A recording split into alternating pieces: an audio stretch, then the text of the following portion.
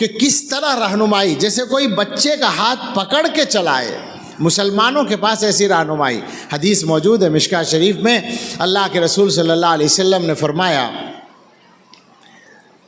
من باع ارضا او عقارا قمن اللہ یبارک لہ فیہ ان لم یجعلہ فی مثلہ، کہیں ہے الا ان یجعلہ فی مثلہ۔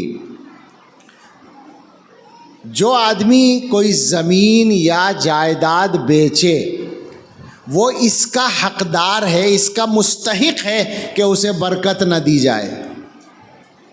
ذرا یاد رکھیے گا، حضور کہہ رہے ہیں وہ اس کا حقدار ہے کہ اسے برکت نہ دی جائے، سوائے اس کے کہ وہ اس رقم کو زمین یا جائیداد ہی میں خرچ کر دے۔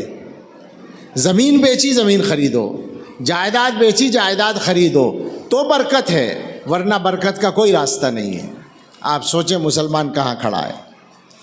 تو کہنے کا مطلب یہ ہے کہ دنیا کے معاملات کو ٹھیک کرنے کے بارے میں بھی ہمارا کوئی ایسا لگتا ہے جیسے ارادہ ہی نہ ہو۔ ہم لوگ جاتے ہیں، علماء سے پوچھیں آپ، ہر جگہ ایسے نوجوان بیچارے ملتے ہیں جو دعا کے لیے کہتے ہیں، اور دعا یا تو بیماری کی ہوتی ہے، بیماری والدین کی صحت کے لیے۔ یہ مجھے اچھا لگتا ہے کہ بہت سارے جوان ماں باپ کی صحت کی دعا